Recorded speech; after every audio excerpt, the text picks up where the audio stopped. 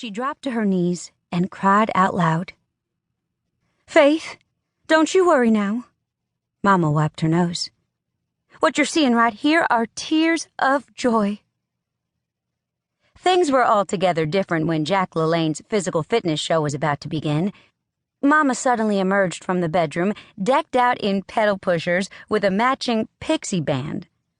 She pushed back the furniture and started breathing real hard with a crazy look on her face, like she might bolt out the back door and sprint all the way to the canal bank.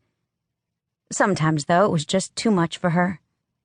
The ranch, the endless chores, the 5 boys, and Snoopy little tow-headed girl. One such day, Mama just stopped dead in her tracks while mopping dirty footprints off the linoleum for the upteenth time. "Kids," her voice quivered. "Did I ever tell you that, back at North Hollywood High School, I had cashmere sweaters in every color?" We didn't know cashmere from cat food, but I quickly deducted that she didn't look so well. "Mama, are you going to try telling us that those right there are tears of joy too?" It was late in the day, and Mama looked as tired as ever, just staring through the window. I watched her face when she spotted Daddy outside. He looked exhausted too, pushing the wheelbarrow back to the barn. Mama finally took a deep breath, and some laugh came back in her eyes, and the mop started sliding across the floor again. Before James stepped in to finish the job for her, while Matt quietly put the dishes away, and little Tom took out the trash. Usually, though, our Mama was a talkative creature, whereas my Daddy barely made a peep. Probably on account of those 90 acres outside our door that worked Daddy to the bone from the first light of morning until well into evening. But I loved it when he was in a light-hearted mood, and he took me along with him on rounds at our ranch. "Hold on, Faith," he'd call out the truck window as I sat against the wheel well in the open bed. Stopping in the orchard, he jumped out to pick a peach. "Here, taste this one." "It's good." I chewed the fruit.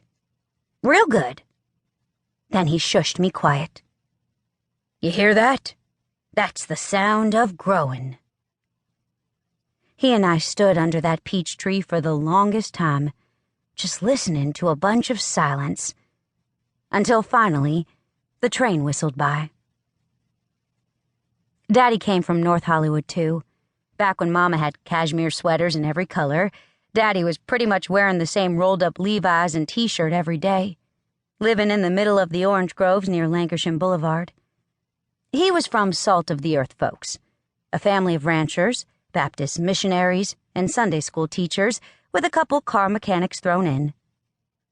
Mama's people lived on the cashmere sweater side of town, where her father worked for a motion picture studio in Burbank. On any given day, Daddy's relatives could overhaul your transmission, save your soul, and recite the books of the Bible from perfect memory. Across town, Mama's family could tell you exactly what John Wayne ate for lunch in the studio commissary. There was a saying for what Mama did when she fell face-flat in love with Faith Countryman. Some folks called it marrying down, but Mama never would have said so.